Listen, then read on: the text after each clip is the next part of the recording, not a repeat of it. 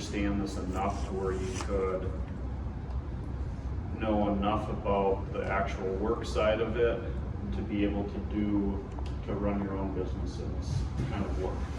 So, okay, so we're gonna start out, the way we're gonna structure the class, to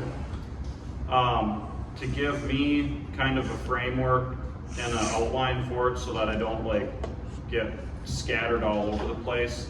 We're gonna start at the foundation and then work through the class just like we would build a house. So we'll start at foundations and we'll work all the way through, all the way to the finished stuff on the house.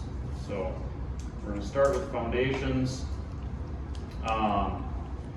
Okay, so we're gonna look today at structural loads and how soil supports that, some general foundation types and foundation costs, and then also I have in here, if we get to it, foundation insulation. So when we're looking at any foundation for a house, the primary job that it's doing is it's supporting all of the loads, all of the weights from the house and transferring all of that load to the soil. So what we're looking at to understand then is how all of those parts work together, how we design it, and how we make a foundation that works. So we're going to look at a few different foundation types, and so I would like for you guys by the end of today to understand like some reasons on why you would choose one foundation type over another, how to correctly construct each of them, and then what some of the like most important parts that you can't screw up are. Like if you screw this up, it's going to fail. So we need to know those like without any question, because that will make a huge difference on if it lasts. Okay, so structural loads. Whenever we talk about a structural load, we're looking at all of the different things that put weight on the structure and eventually onto our foundation. So does anybody have any ideas on what common structural loads would be? Walls, foundation. Okay. Or foundations. Mhm.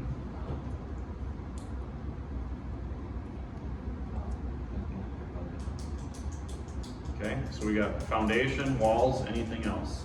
Snow load, Snow, yep. interior Okay. objects, What's that? like interior objects, like Objects and like stuff. furniture and stuff? Yep. Yep, Garage.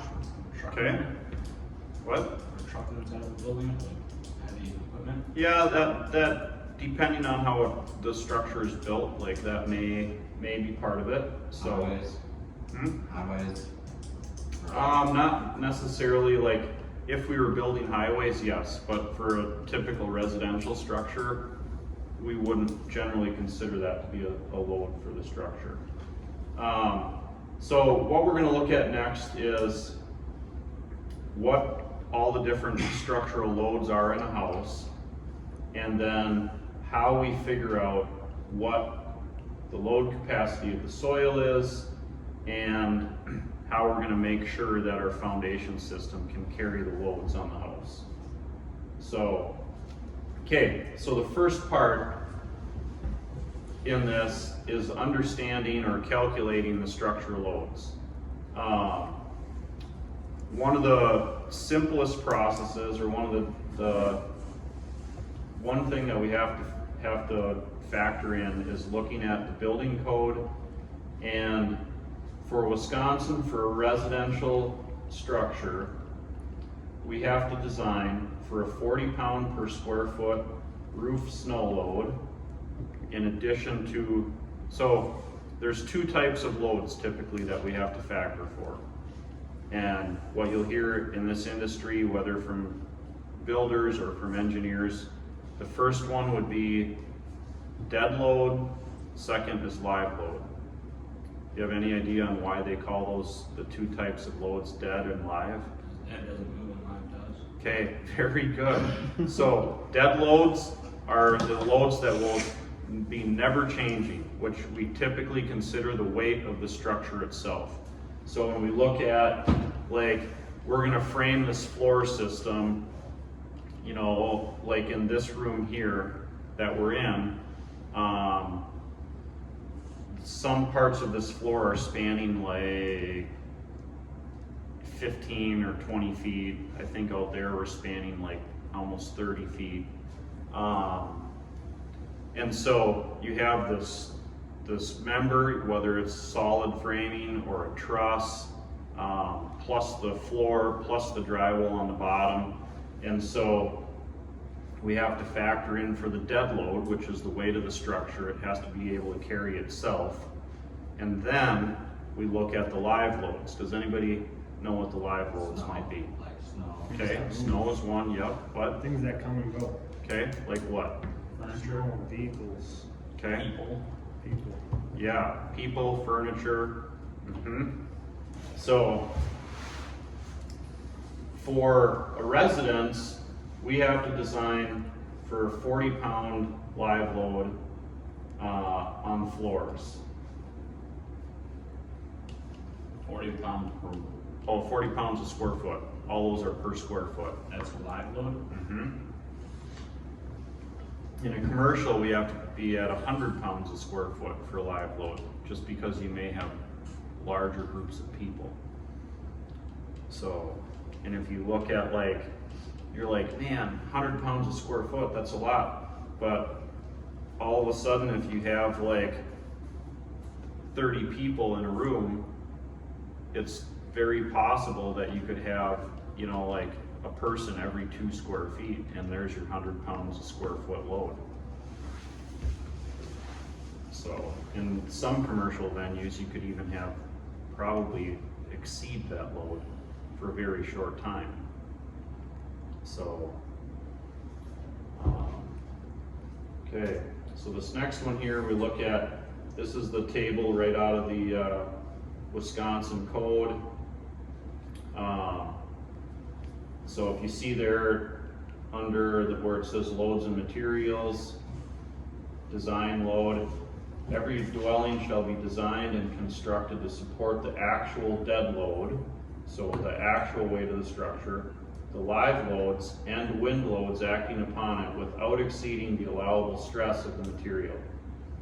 The construction of buildings and structures shall result in a system that provides a complete load path capable of transferring all loads from point of origin through the load resisting elements to the foundation. So we not only have to design our floor and roof and headers and all of these systems to carry the actual loads placed on them, we have to figure out how are those loads going to be transferred continuously down to our foundation and then into the soil. And so when we look at a building drawing or when we're designing a structure, this is what we're thinking about all the time. So how do we take, you know, the monumental load on our roof and transfer that all the way down, like floor after floor after floor, all the way to the foundation? And we need to make sure that, what do they say here? A complete load path. So an unbroken path. And a lot of times it's really easy in the chaos of like the rush of trying to get something done quickly, and it's easy to like put a post somewhere and then you set that, or you put, you know, like say 5 or 6 studs in a wall under where a beam's bearing, and then does somebody remember to go back down into the floor framing underneath and block that solid, so that you don't have like this nice post built into this wall and then your floor framing and a post there, but we're just bearing on a sheet of OSB or something in the middle there.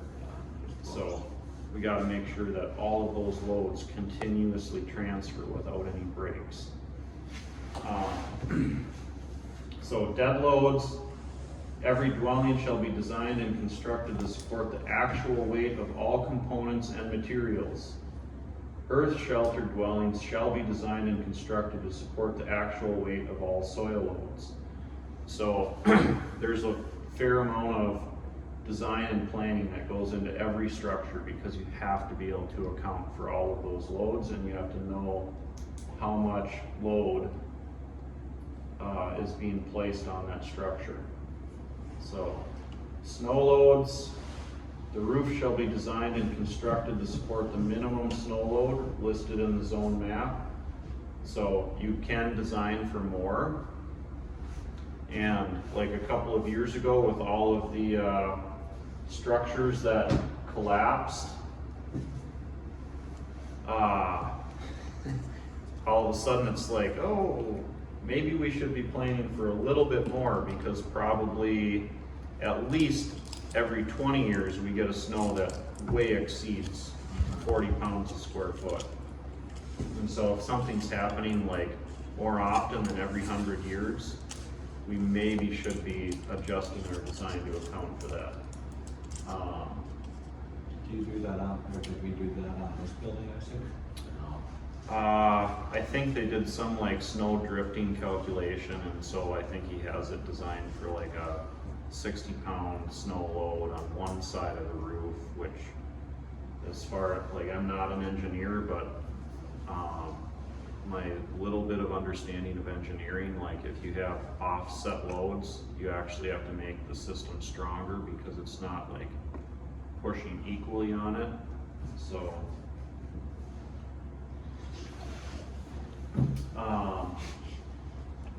the loads shall be assumed to act vertically over the roof area projected upon a horizontal plane. So what that means, when you're looking at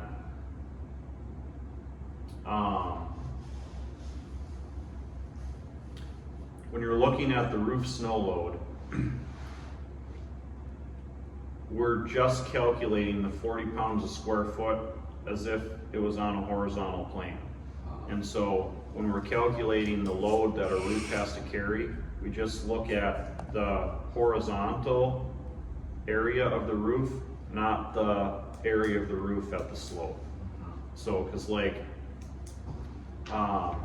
at a 12-12 pitch, the roof, you know, it's almost 1.5 times the horizontal area. So all of a sudden our 40-pound snow load would become a 60-pound snow load.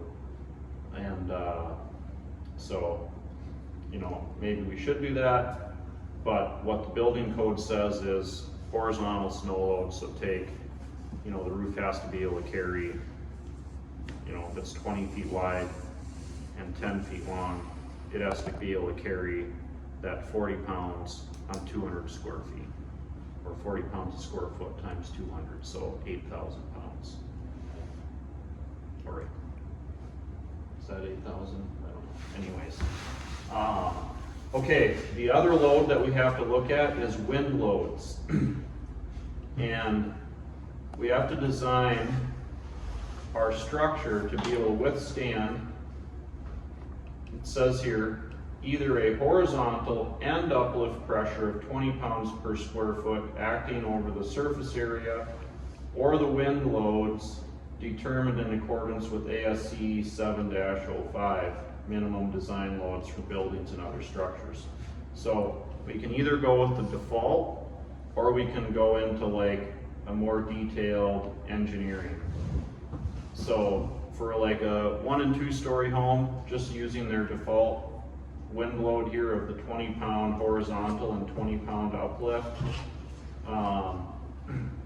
is fine. If we're getting into like multi-story, like 3 stories and higher, then we probably should have an engineer doing a little bit more design work on that. And so if you run into like, let's say you get into like, you're gonna work on a 4-story multi-family house. Oh, I guess I better go get my charger.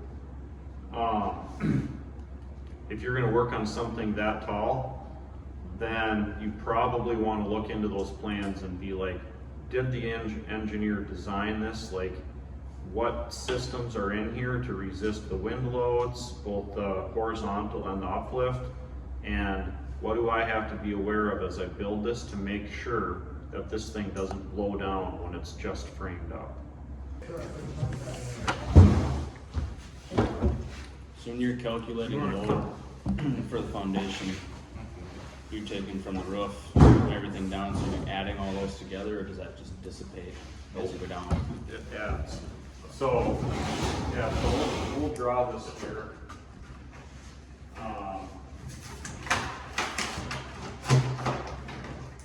Okay. So, here's our soil. We're gonna put our footing on here, and the footing on this side. And then we're gonna build our foundation wall. And then we cap it, put our main floor, and build our next walls.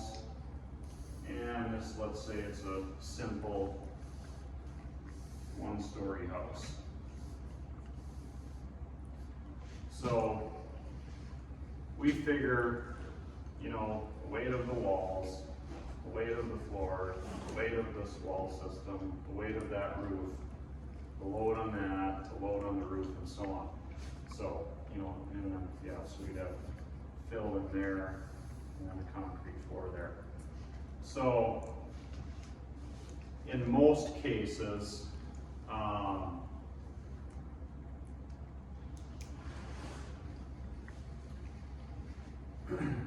we're going to, the biggest loads are going to be the horizontal loads. Because they call the type of building that we're doing with studs and wood sheathing and that, they call it light frame construction because it's very, very light. These buildings, although like if it comes on, if the package gets delivered on a truck and you go to unload it with a machine, like it's gonna be very heavy and you're gonna have to pick it in a couple of different loads. Like you're not gonna be able to go with your forklift and grab it in one load. But, you know, maybe all the materials for a average sized home might weigh 15 or 20,000 pounds. But that's very, very light. So, because what we're looking at here, typical soil, so this soil typically has the capacity minimum of 2,000 pounds per square foot. Okay? So, then we're looking at this. So, Wisconsin code says the minimum width of a footing is 16 inches. We can never, ever, ever build any footing narrower than 16 inches, no matter what.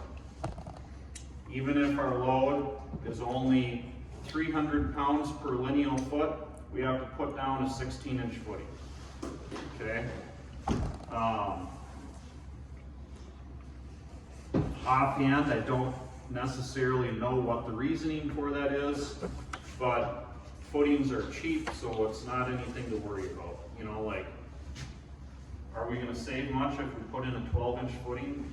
It's so inconsequential that it's not even worth calculating. So, absolute minimum. We will see footings larger in width than that, but, so, how many pounds per lineal foot can this soil carry if we put a 16-inch wide footing on it? Anybody know how to calculate that? Okay, so if our soil carries 2,000 pounds a square foot and our footing is 1.33 inches wide, 1.33 feet wide, what do? We go 1.33 times 2,000. Okay? Doesn't that depend on the soil though?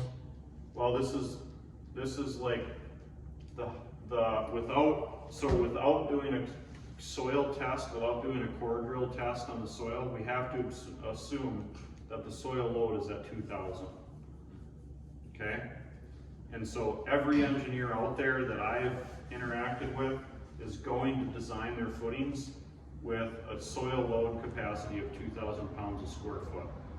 When we did, that's how this building here was designed, but when we had the company come in and core drill it to check the soil load capacities, the soil load capacities varied between 1.5 tons per square foot, so 3,000 pounds a square foot, and 4.5 tons a square foot. So the highest load bearing capacity here was 9,000 pounds a square foot, and the lowest was 3. And so the guy was like, okay, we're good. Did he reduce the footing sizes anywhere? Nope, they stayed the same. So, because really, our footings are cheap. Like they cost nothing compared to the rest of the building, and we only get one chance to put them in. Yeah, and they're not put in, or not big enough. That you're Yeah. not Right. Yeah. So typically, we're always going to see every footing design is going to be based on a 2,000 pound a square foot soil load. Okay? You'll never see anything higher than that unless, like, we know for sure there's bedrock, you know, or something like that. And then even then, you're still limited. You can't go smaller than a 16-inch footing. So, okay. So, this soil on that footing can carry 2,600 pounds per lineal foot. Okay? So, then we look at, so this floor load we don't have to factor at all. Okay? Because this is going to get filled with compacted sand, and then the concrete's going to be bearing on that, so all of the load of this goes directly to the soil, so we don't have to factor any of this basement floor in any loads on our footings. Okay? It's as if it doesn't exist. Okay? So then we come up and we get to this floor. And the building code says we have to be at 40 pounds per square foot load. Okay? What does? That floor. For our live load. And our dead load has to be what? The actual weight of the structure, right? So, how do we know that? calculating it. We could calculate it, you know, we can say, okay, we're gonna frame this floor with a 2x12, and we're gonna have 3/4 inch OSB on top of there, and then we'll have drywall here, and 5/8 rock weighs, what?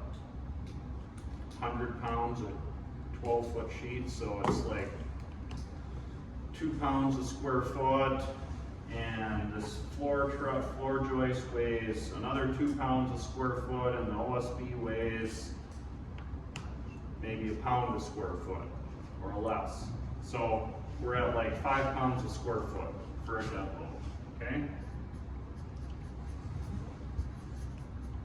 Okay, so our total load that we have to engineer for on this is 45 pounds per square foot. Okay? Then we get up to the roof, and we have to plan for 40 pounds again, right? So that's snow load, and then we have our dead load we have to factor for. And if we figure out the per square foot load of all of that truss and our sheathing and our shingles, you know, we're gonna be, again, somewhere around that 5 pounds. Okay? So, pretty typically, if we figure at least 45 pounds a square foot load for our floors and at least 45 for a roof, we're gonna be pretty solid.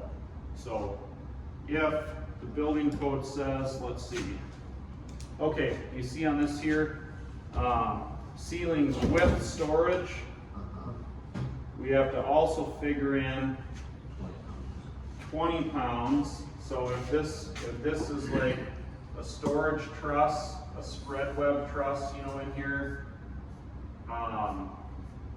like that, and we have a storage area in the middle, now we have to add 20 pounds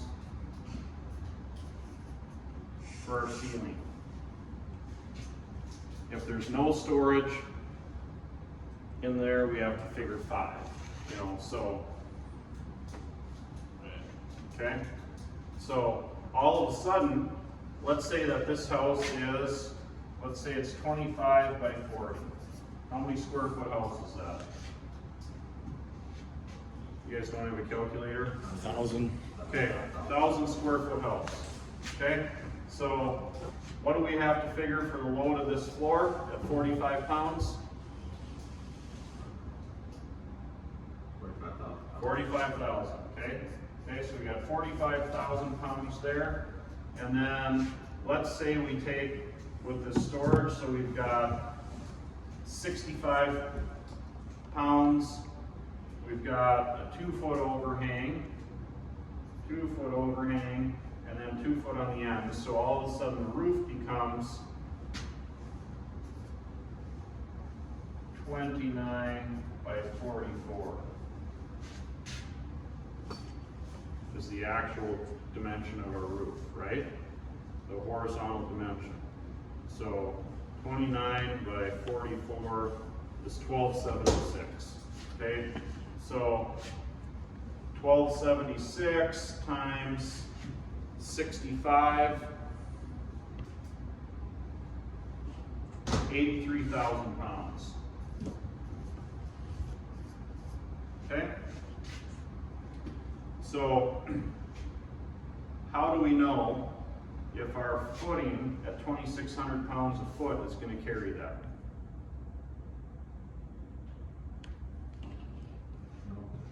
Okay. Up all the way down. Okay, so what we do to allocate, to figure out where the load is going, is you go to the midpoint of the span. Let me get a different colored marker here. So if we go to the midpoint of the span, and to the midpoint of the span, all the load from the midpoint this way is going here. Okay, same here. The load is transferred out to there and down. So we can take this 83,000 divided by 2, which is what, 41.5? Yep. Okay, so we get 41,500 there. Half of 45,000 is what? 22.5, right? Yep. Okay. So we can add those together. What do we get? 27. Okay. 27. Comes to be 60. Well, we got 41.5 plus 22. Okay. So we got 64,000 pounds going there, but it's 40 feet long. So what's 64,000 divided by 40?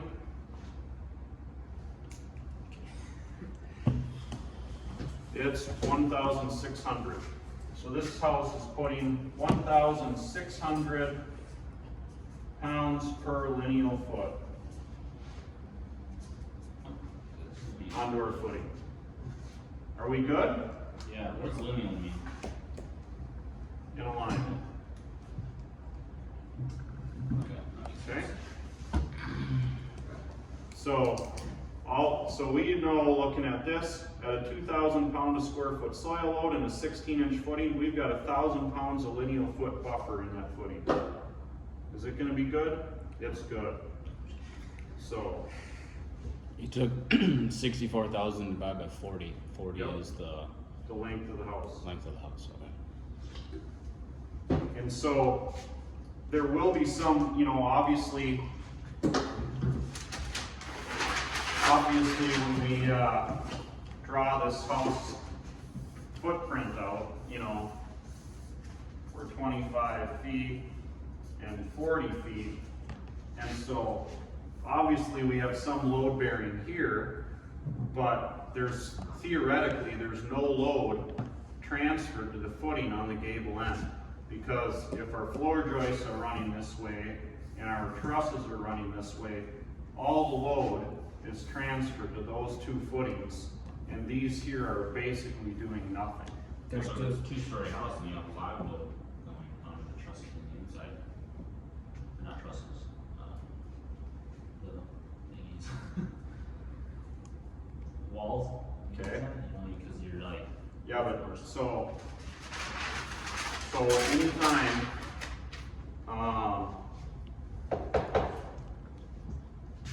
unless we get into a really wide span, all trusses, like almost all trusses that we construct with today, they're gonna be designed as a clear span truss. They don't need any walls in here to carry any of the load.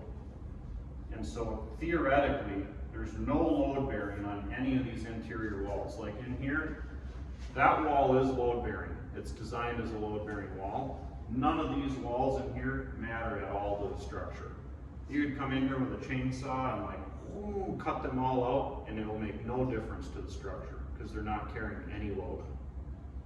So same with the walls downstairs under this, except for that wall there. None of these walls under here are load bearing walls.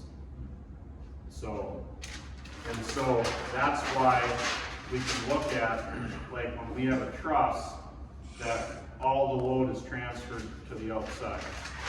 So where this will change, if this floor is framed with 2x12s, then it's not possible to span that much with a 2x12.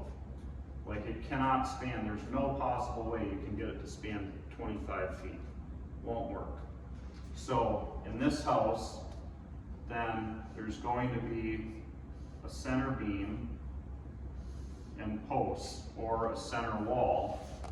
And so there'd have to be a footing built under that. Just The like whole this. length of the The house? whole length of it. Just like this. Or if we have a center beam and then every 10 feet we have a post, Mhm. let's see, so 10, 20, 30, so we have 3 posts in there. So then we need to know how big do the footings under those posts need to be. So how would we figure that out? Typically on a plan, the engineer's gonna have it done and they'll tell you how big, but we wanna know, like, how do we know? Well, you won't need to calculate the second, or the, Nope, Second only the floor, right? right. Because this is the only floor bearing on it. So what we do, remember what I said about you take half the span? Yeah. So we take half the span from the wall to here, half the span, okay? So in a 25-foot house, this would be 12 feet 6 inches, okay? 12 feet 6 inches. So, and our load is 45 pounds a square foot, okay? So we would go 45 times our span, 12.5. And so then we'd look and we'd say, this beam has to carry 563 pounds per lineal foot. Okay? So every foot of this is carrying that. So then we look at this span and we say halfway, halfway, halfway, okay? So each of these are gonna be, it's gonna be carrying 10 foot of the load, right? So each post then, we take the lineal foot weight times 10, because it's carrying 10 feet of load. So each post carries 5,630 pounds. And so then we would have to look at, if we have a 2,000 pound square foot soil load, how many square feet does that footing need to be? Like 3.5, right? Square feet Yep, of the footing? yep. You with me? Our soil load is 2,000 pounds per square feet, Right. so that's our limiting number. And if we have to bear 5,630 pounds, all we need to know then is how many square feet does our footing have to be? Oh. So it'd be like 3 square feet, 4 square. Well, we can know exact, we can say, you know, 55630 divided by 2,000, it needs to be 2.8 feet, 2.8 square feet. So, How thick does the footing have to be? okay, we'll get to that. So if I need 3 square feet, then I could go and I could say, you know, what's the square root of 3? I need 1.75. So, which is 1'8", so I need a 20 inch by 20 inch. Minimum. Okay? Because 20 inches is the square root of 2.8 or whatever we have. Okay? So on the ends of the house, what is that, gable ends? Mhm. Would those also, those footings also be 16 inches wide? Yep, because, what does the building code say? Yeah. Yep.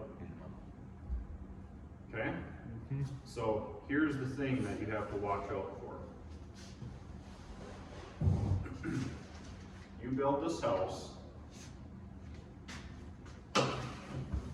We put in our nice 16-inch wide footings all the way around because they're more than enough, right?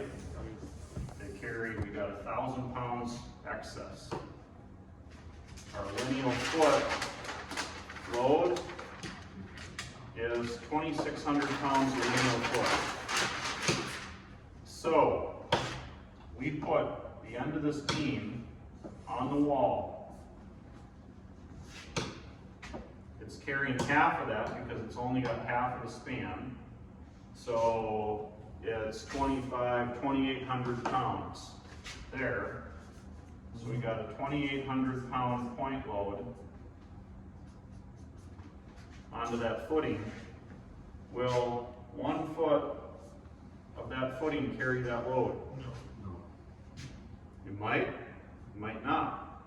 Like theoretically, our weight says that it's 200 pounds short. So here's the interesting thing. When we look at how does a load,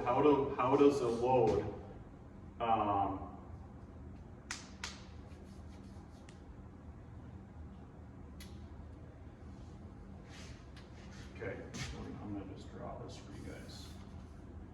And we'll get into, I guess, let me look at it.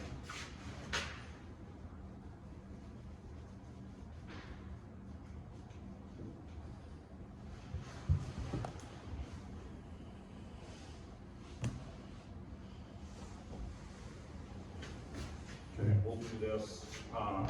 Okay. When I put a load on the footing, if this is a 16-inch wide footing, and my post bearing on it is only 4 inches, why do I need a 16-inch footing? Supposed to be above. And like, why not, like, how does the force from this end up getting distributed out to that 16-inch wide footing? Because it doesn't track, Okay, it just like presses the whole thing down. okay. Unless it's- So whenever we put a load on here, the force of that load distributes out at a 45-degree angle from the edge of the load, okay? So you will notice that the building code says we have to have a 16-inch by 8-inch footing. Why? Because this is half of the width. So if we came in 8 inches, we'd get right to the midpoint. And so if we only had load in that tiny narrow piece, that load would distribute and it would come all the way up to the outside edge of the footing. And so we would actually get the bearing capacity of the full width. And so typically, as your footing gets wider, they will get deeper. If you have a 24-inch wide footing, it needs to be 12 inches deep. If you get a 30-inch wide footing, it needs to be 15 inches deep. So, because of the way that that force is distributed. And so, if you guys, have any of you guys put in those big footing bases for a sonotube? Yeah. Like, the edges of them are tapered out, right? Right. Well, we don't have to reduce the load capacity of it because the concrete's only 1.5 inches thick at the outside edge. We get the credit for the entire width. And they have that tapered shape because that's how the load is distributed through that material.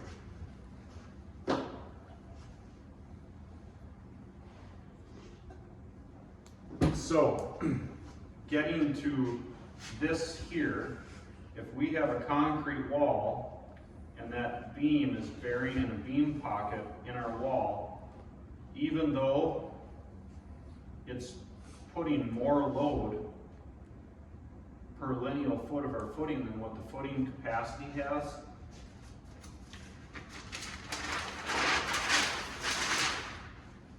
if this is our wall and here's our footing, and then here is our beam pocket, and so this is putting a force here of 2,800 pounds.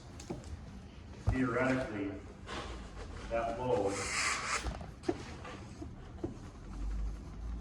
gets distributed. So if this is, say, 7 feet to the bottom of the beam pocket, that'll get distributed over 14 feet of wall. Okay? So,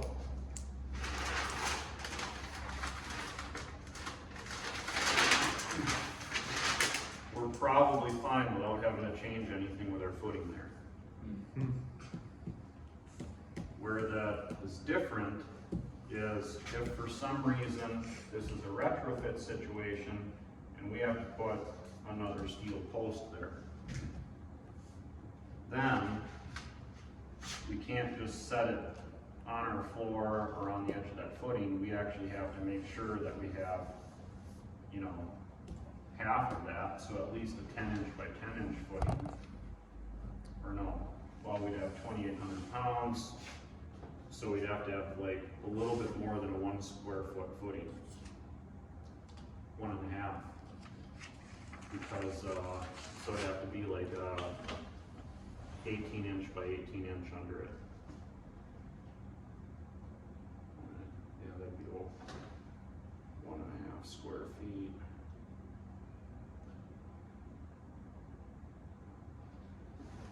Square root 1.5 is 1.2, so like 14-inch by 14-inch footing under that. So those are the things that we need to be aware of and we need to be careful about, because the problem with goofy, like screwing up on our footings, the problem won't show up likely until we're gone for a couple of years. And all of a sudden somebody's gonna call back and be like, yeah, these really weird cracks are showing up in the basement floor and there's cracks in the drywall, and it's like, oh no. So the footing, if it's this wide, like it has to be half that width in height. mm-hmm. Yep, as a rule of thumb.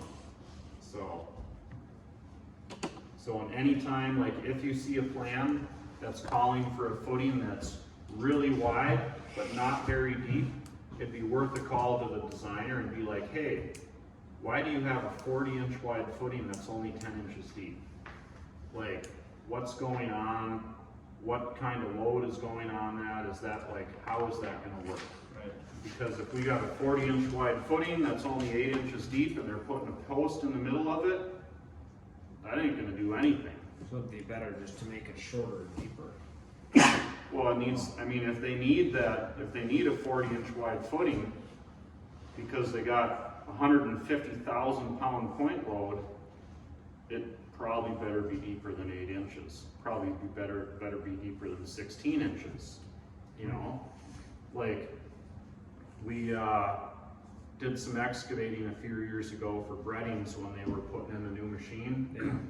They jackhammered out the floor, they dug out a space like 6 feet wide, 20 feet long, and 5 feet deep, and poured the whole thing full of concrete. Not necessarily because of the load of the machine, but because of any vibrations. It goes So- right into the ground. Right, well, and you guys have all used a jackhammer, right? Yeah.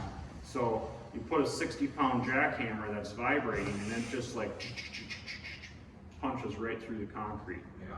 So you put a piece of equipment on there that's vibrating. If there's not enough mass in the concrete to absorb all that vibration, it's gonna fall apart in short order. So, They're having those issues right now up in northern Minnesota with all the mines and everything. All the foundations are starting to crack and fall Oh, really? apart after all the fracking and everything they're doing up really there. interesting. My brother-in-law lives up there in Virginia. He's like, yeah, all the foundations and everything in the houses are just starting to fall apart Really? because of all the vibrations. Wow. Hmm. So you have the 16-inch wide footing in the middle of the house running the 40 feet. Nope, that would be an option, like if we were building a wall on it. Oh, okay. If we're putting posts, typically we're gonna have individual footings. Individual footings, okay, and then the cement concrete would be poured level or flush. floor? The floor would be Yeah. poured flush with the footings Usually the floor will go over the top. on the top. So building code says we have to put a footing here, You know, we put our beam in here, we set, you know, our adjustable jack posts, and the code says that the screw on them needs to go on the bottom, and this needs to be set, and then the floor needs to be poured to cast in that adjustable piece. really, so So it it can't be actually, adjusted. really, Yep, yeah, so So there's- anytime there's screws on the top, that's a violation of the building code. So, But what if the floor is already poured? well, if the floor is already poured, then it doesn't really matter. so there's a footing, and then there's supposed to be a screw that goes down to the footing, Yep. and then the floor be poured. Yeah, like this is supposed to be set, and then the floor poured to cast in that adjustable screw so that it can no longer be adjusted. Stuart, you remember when we poured those basement walls? No, we put those, that's the same thing you do on, for a wall. So, most of the time,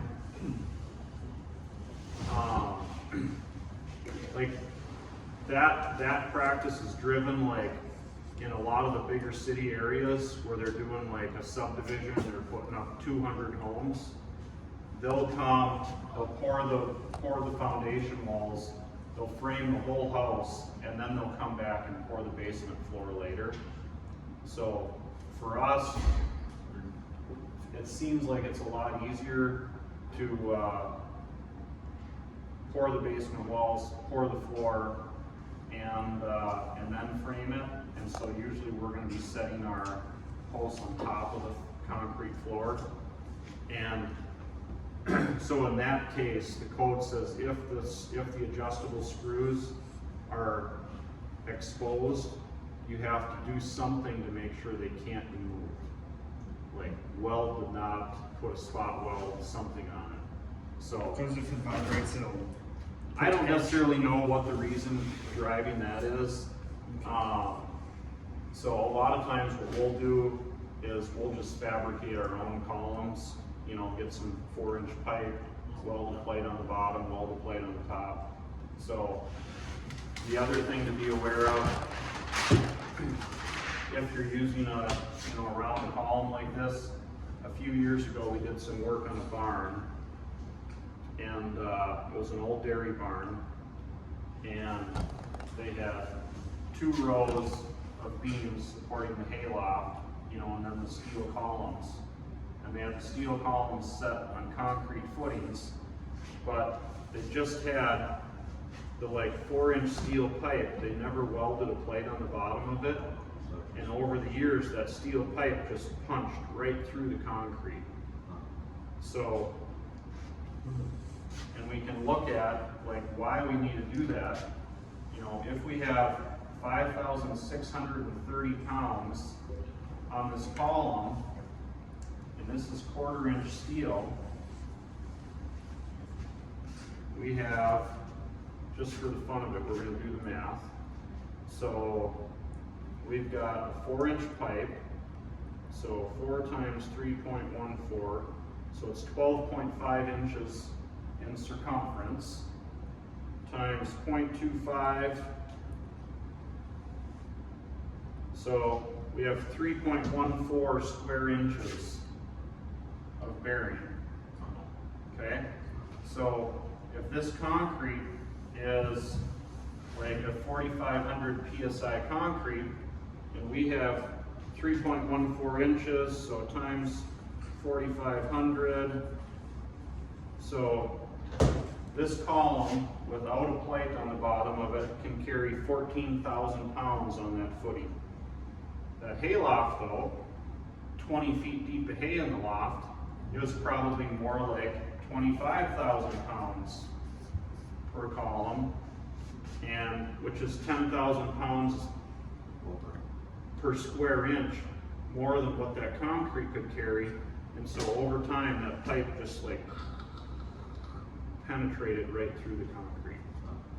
And so when we jacked the floor up and we tore these out, like the footings were cracked, they weren't completely destroyed, but that pipe had just punched right into the concrete. So usually what we'll do is we'll have at least a 6-inch by 6-inch plate welded to the bottom. So will, if there's enough weight, will it punch through that steel plate at all? It'd be pretty hard. So,